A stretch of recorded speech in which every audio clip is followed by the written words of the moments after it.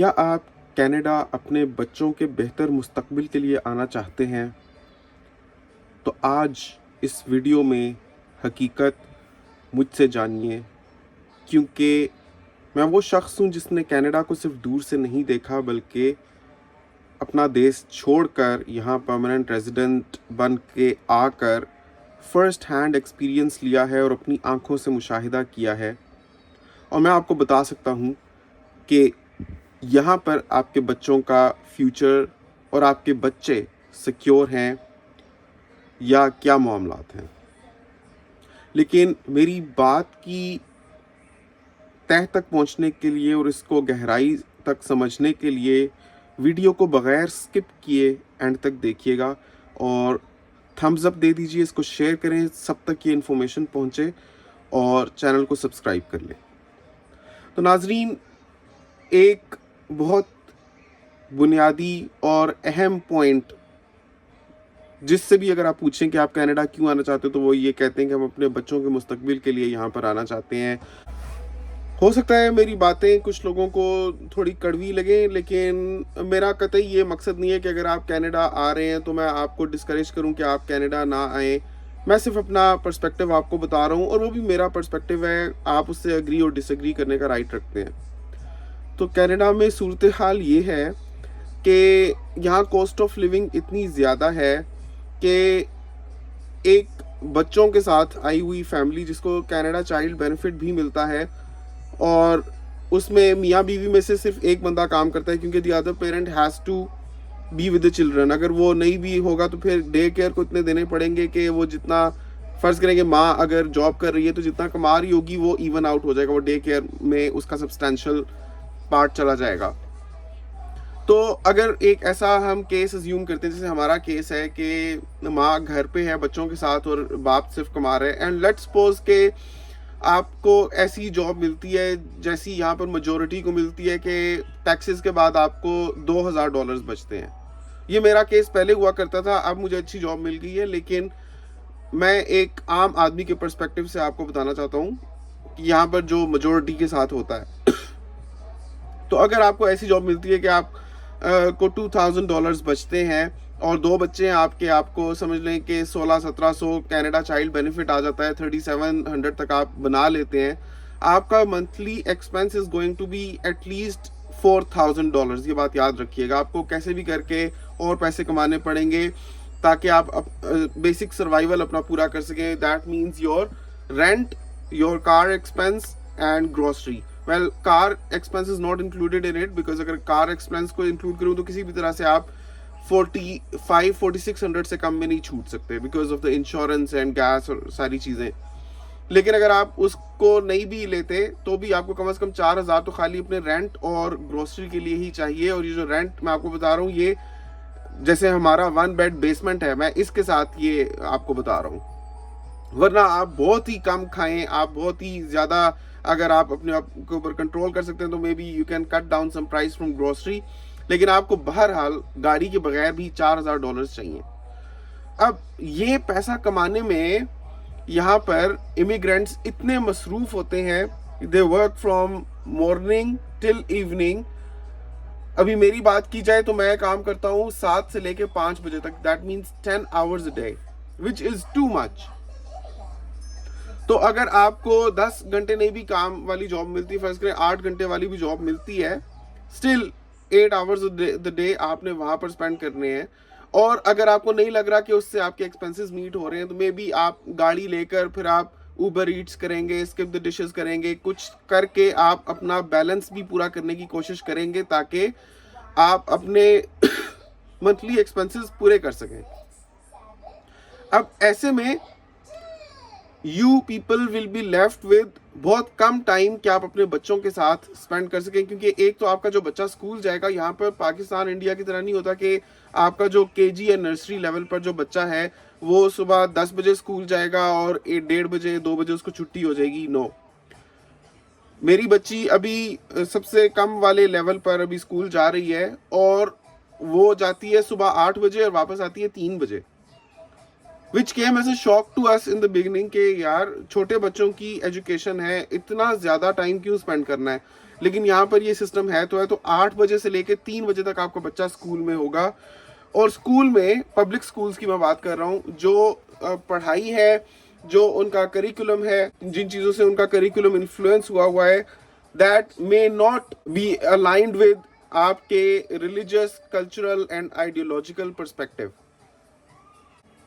और जब आपका बच्चा 8 से लेकर 3 बजे तक पर जाता है, वहाँ से सीखता है, तो आपके पास जब वापस आएगा आपका बच्चा खुद भी थका हुआ होगा, और दोनों में से अगर एक पेरेंट घर पे है तो to deal with the loneliness जो यहाँ पर होती है, क्योंकि दूसरा बंदा तो सारा दिन काम पर है, तो आप अकेली है, मतलब मैं खातून की बात कर रहा हूँ, तो खातून यहाँ पर अकेली है घर पे, बच्ची गई हुई है स्कूल और कोई नहीं है बात करने के लिए। आसपास कोई होते भी हैं, देसी कम्युनिटीज़ होती हैं, लोग कहते हैं कि हाँ भाई देसी कम्युनिटीज़ आसपास होती हैं, आप बातचीत कर सकते हैं, लेकिन यहाँ पर बातचीत करने के लिए, मरासिम बढ़ाने के लिए किसी के पास टाइम नहीं होता, और लोग कोशिश भी नहीं करते, बिकॉज दे नो कि अगर एक बार बात कर रहे हैं, प्रोबेबली नेक्स्ट टाइम उस बंदे से के पास से गुजर जाएंगे, बस सलाम कर देंगे दूर से। इतना ज़्यादा लंबा टाइम बातचीत करने के, लंबी गप्पे मारने का यहाँ पर वक्त ही नहीं है लोगों के पास, वो कल्चर ही नहीं है, वो सिस्टम ही नहीं है। तो हो ही नहीं सकता कि आप जो खवातीन को भी मैं एड्रेस कर रहा हूँ, कि आपको आसपास में कोई ऐसी मिल जाए सहेली, हमजोली, जिससे आप डेली जाकर गपशप मारें और आपका वक्त अच्छे से गुजर जाए। तो सारे दिन घर के काम करते, क्योंकि यहाँ पर हर काम आपको खुद करना है। अगर आपका पाइप खराब हो गया, आपको खुद प्लम्बर बनना है। अगर आपकी ट्यूबलाइट खराब होगी, आपको खुद इलेक्ट्रिशियन बनना है। अगर आपका दीवारों पर कुछ है, आपको खुद ही उसको ठीक करना है। आपको अपने कपड़े खुद ही सीने हैं, आपको प्रेस खुद ही करना है, आपको धोने खुद ही है, आपको खाना खुद पकाना है। ये चीज़ें लोग पाकिस्तान में भी करते हैं, लेकिन बहुत सा हेल्पिंग हैंड मिल जाता है बिकॉज ऑफ नानी दादी बीइंग अराउंड देम। लेकिन यहाँ पर आपको घर भी देखना है, बच्चों को भी देखना है। ऐसे में आपका बच्चा जब स्कूल से वापस भी आएगा तो इवन माँ के पास भी बहुत कम एनर्जी होती है बच्चे को बिठाकर उसको कुरान पढ़ाने के लिए या उसको कायदा पढ़ाने के लिए। बच्चे में खुद भी बहुत कम एनर्जी होती है, क्योंकि वो 8 से लेकर 3 बजे तक स्कूल में टाइम स्पेंड करके आया। उसको एटलीस्ट 3 घंटे आकर वापस सोना है, फिर वो रिफ्रेश होगा आपका बच्चा। तो उसके बाद अगर उसका मूड होगा तो आपके साथ कोऑपरेट करेगा। रही बात वर्किंग पार्टनर की, तो वो तो ऑलरेडी पूरा दिन काम पर अपनी एनर्जी स्पेंड करके आया होता है कि it's not easy for man के वो इस चीज को कर सके। तो होगा ये कि आपके बच्चे पूरी तरह से इस माहौल के मुताबिक ढल जाएंगे जहां वो 8 से लेकर 3 बजे तक वक्त स्पेंड करते हैं। और उसके बाद जिस किस्म के कार्टून सीरीज है यहाँ पर नेटफ्लिक्स पर, जिस तरह की चीजें हैं, वो सारे आपके बच्चे की साइकोलॉजी को इन्फ्लुएंस करेंगी। और आपका बच्चा देखते ही देखते आइडियोलॉजिकली, कल्चरली और पर्सपेक्टिव के हिसाब से आपसे बहुत मुख्तलिफ हो जाएगा। वो एक मुख्तलिफ इंसान बन जाएगा। वो यहाँ का बच्चा होगा और यहाँ बड़ा होकर भी वो यहाँ के मुताबिक ही सोचेगा और अपनी ज़िंदगी को देखेगा या अपनी प्रेफरेंसेस सेट करेगा। कनाडा के आज़ाद माहौल में पल बढ़ के अगर आपके बच्चे फरमाबरदार निकलते हैं तो समझें कि अल्लाह ताला ने आपके ऊपर ख़ास मेहरबानी की हुई है। चाहे आपकी किसी नेकियों का फल है ये, या अल्लाह ताला ने बस आपके मुकद्दर अच्छे लिखे हैं, तो आपके बच्चे आपके फरमाबरदार हैं। आपके मर्ज़ी के मुताबिक वो ड्रेसअप होंगे, आपकी मर्ज़ी के मुताबिक के लोगों से मिलें जुलेंगे और आपकी मर्ज़ी के मुताबिक के लोगों से उनके शादी ब्याह होंगे जब वो बड़े हो जाएंगे। ये चीज़ हाँ हमारे मशरक़ी सकाफ़त में भी काफ़ी हद तक परवान चढ़ गई है। हमारी मशरक़ी सोसाइटी में भी, पाकिस्तान में भी बहुत बच्चे बागी हो रहे हैं, अपनी मर्ज़ी कर रहे हैं और वो आइडियोलॉजिकली अपने पेरेंट्स से बहुत इख्तलाफ रखते हैं। लेकिन यहाँ का माहौल ही कुछ ऐसा है कि बिल्कुल आज़ादाना तौर पर आपके बच्चों को पलने बढ़ने के लिए साजगार माहौल है।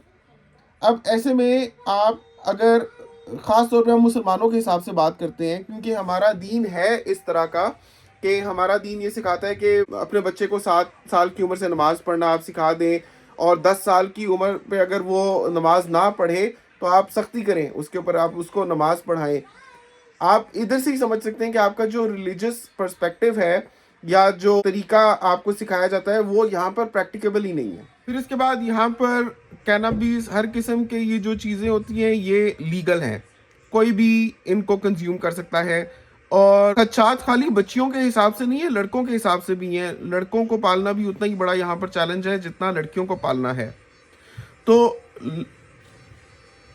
एक बार अगर आपका बच्चा या बच्ची पटड़ी से उतर गया और वो नशे का आदी हो गया तो सारी उम्र हो सकता है कि ना संभल पाए। अलगर्ज मैं 100 बातों की एक बात करूं तो एक मीडियोकर फैमिली जो पाकिस्तान या इंडिया से मुसलमान फैमिली जो आती है, जो है तो मुसलमान लेकिन खुद कच्चे पक्के से हैं प्रैक्टिकली, के नमाज नहीं पढ़ते जैसे कि मेजोरिटी होती है हमारे मुल्क में भी। लोग हैं मुसलमान और ईमान का जज्बा भी रखते हैं लेकिन नमाज नहीं पढ़ते। और नमाज तो मैं इसलिए मेंशन कर रहा हूँ क्योंकि ये एक चीज़ है जो आपको पंक्चुअली 5 टाइम्स डे करने का हुक्म है। तो जब यही नहीं करते तो बाकी अमाल में तो बहुत ज़्यादा फ़र्क तो वैसे ही है, जैसे होना चाहिए उस तरह से लोगों के नहीं है। तो आप अगर समझ लें कि नाम के मुसलमान हैं या किसी हद तक उससे बेहतर मुसलमान भी हैं, तो अगर आपको वक्त नहीं मिलता अपने बच्चों के साथ वक्त स्पेंड करने का या उनको अपना दीन सिखाने का, तो यहाँ पर जो सोचा जाता है कि आपके बच्चों का मुस्तकबिल संवर जाएगा, तो आपके बच्चे प्रोफेशनली तो मुमकिन है कि एक्सेल कर जाएं, लेकिन वो भी मुमकिन है क्योंकि ठीक है शायद हाई स्कूल लेवल तक पढ़ाई यहाँ पर फ्री है, लेकिन उसके बाद कॉलेज या यूनिवर्सिटी लेवल पर काफ़ी हैवी फीस है यहाँ पर जो परमानेंट रेजिडेंट्स और सिटीजन्स को भी पे करनी पड़ती है। तो मुमकिन है आपके बच्चे प्रोफेशनली बहुत एक्सेल कर जाएं, लेकिन दीन के लिहाज से या इस्लामी एतबार से आप बहुत ही खुशकिस्मत होंगे तब आपके बच्चे उतने भी मुसलमान होंगे जितने आप खुद हैं। तो अलगर्ज ये कि मैं ख़ास तौर पे मुसलमानों के हिसाब से ये बात कर रहा हूँ कि मगरिब का जो मुआशरा है, जो सकाफ़त है, ये पेरेंट्स के पास टाइम नहीं छोड़ती कि वो अपने बच्चों की उस तरह से तरबियत कर सकें जो उनके कल्चर, दीन और सकाफ़त के हिसाब से आइडियल है। आपके पास वक्त ही नहीं है, आप कॉन्स्टेंटली एक चक्की में चले जा रहे हैं, वक्त ऐसे घूम रहा है और आप काम कर रहे हैं। आदमी बाहर काम कर रहे हैं, औरत घर पर काम कर रही है, कोई वक्त है ही नहीं। और ये भी मैं खुशकिस्मत फैमिलीज़ की बात कर रहा हूँ, वरना लोग इतने भी फॉर्चुनेट नहीं है कि एक बंदा काम करे और पूरी फैमिली का निज़ाम चल जाए। बहुत सी फैमिलीज़ में आदमी भी ऐसे काम कर रहा है, औरत भी ऐसे काम कर रही है और बाहर जाकर काम कर रहे हैं, और घर आकर उनके पास सिर्फ दे आर एनर्जीलेस, वो आपस में बात करने की भी एनर्जी नहीं रखते। वो सिर्फ अपने आप को इतना सोने देना चाहते हैं कि कल एक फ्रेश माइंड के साथ उठकर दोबारा से काम कर सकें। Your children are being raised at the expense या under the supervision or brilliance of daycare centers and the schools. Unless ये कि आप अपने बच्चे को इस्लामी स्कूल में डाल दें, बट इस्लामी स्कूल में ठीक है वो चीज़ें नहीं होंगी कल्चरली जो पब्लिक स्कूल्स में है, but Islamic schools are not really कि आपके बच्चों को बहुत ही अच्छा मुसलमान बना देंगे। They are more like just Pakistani और इंडियन स्कूल्स। बच्चों को दीनदारी अगर आपने सिखानी है, जो अब और आगे आने वाले दौर में बहुत मुश्किल होता जा रहा है कि लोग सस्टेन कर सकें, क्योंकि एक हवाई ऐसी चल पड़ी है। This is not just limited to मगरबी मुआशरा, बल्कि हमारे अपने मुल्क में भी under the influence of all this TikTok, Instagram, social media, ये जो चीज़ें अभी अगर आप फेसबुक देख रहे हैं, फेसबुक की रील्स अगर आप चेक करें, शॉर्ट्स आ गए ना, पहले टिकटॉक पर शॉर्ट्स आए थे, फिर इंस्टाग्राम पर, फिर फेसबुक पर, अब तो जिधर देखो तो शॉर्ट्स आए हुए हैं, यूट्यूब पर भी शॉर्ट्स आए हुए हैं। शॉर्ट्स आप देखें, आपको शुरू में हो सकता है कोई खाने पकाने का शॉर्ट नज़र आ जाए, उसके बाद हो सकता है आपको कोई इस्लामी लेक्चर का शॉर्ट नज़र आ जाए, और नेक्स्ट शॉर्ट जो आएगा अगर आप स्क्रॉल करते जाएंगे उसमें हो सकता है कि एक ड्रामे का शॉर्ट हो जिसमें एक इंतहाई पर्सनल सीन हो, एक बेडरूम का सीन हो, और एक बहुत ही लोग किस्म की और एक खराफात आपके दिमाग में भरने की कोशिश की जा रही हो, ड्रेसिंग के हिसाब से भी, the plot of the drama के हिसाब से भी।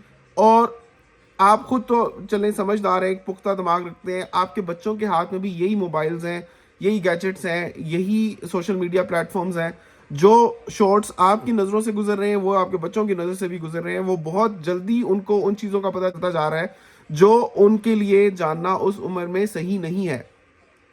तो ये चीज़ पूरी दुनिया में ही चल पड़ी है, लेकिन ये है कि पाकिस्तान, इंडिया जैसे मुल्कों में पेरेंट्स के पास इतना टाइम होता है कि वो नौकरियां किए बगैर भी गुजारा कर लेते हैं, या नौकरी यहाँ करते भी हैं तो भी, जैसे अब खातून है उसके पास घर में नानी दादी या नाना दादा होते हैं, तो बहुत हेल्प मिल जाती है, बच्चों को वो संभाल लेते हैं, कुछ वो पढ़ा लेते हैं, और बच्चे इर्द गिर्द का माहौल भी देखकर समझते हैं कि क्या दीन है, क्या हमारी कल्चर है, क्या सकाफत है।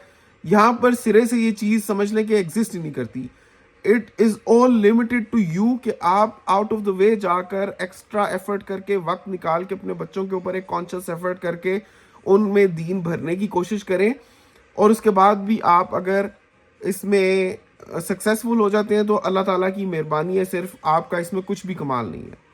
तो ये सारी बातें अपने जहन में रखते हुए सोचें कि आपको यहाँ पर आना चाहिए या नहीं आना चाहिए। और यही मैं समझता हूँ कि एक वजह है कि बहुत से लोग कनाडा आकर यहाँ की पीआर लेकर या तो चले जाते हैं, या फिर यहाँ पर आकर सिटीजनशिप लेकर चले जाते हैं। And this thing is not limited to Canada, Europe हो जाए, कोई भी मतलब कि मगरबी माशरा है, मतलब जो भी कोई इस्लामी मुल्क नहीं है, वहाँ पर यही रीत रिवाज है, यही सिस्टम है। तो बहुत सोच समझ के फैसला करें। होपफुली आपको आज की वीडियो से बहुत हकीकत पता चली होगी, और कमेंट्स में अपनी राय का इजहार ज़रूर करें, माशाल्लाह लिखें, और ये भी बताइए कि वीडियो आप दुनिया के किस कोने से देखी। आपसे मिलता हूँ अगली वीडियो में, तब तक के लिए अल्लाह हाफ़िज़।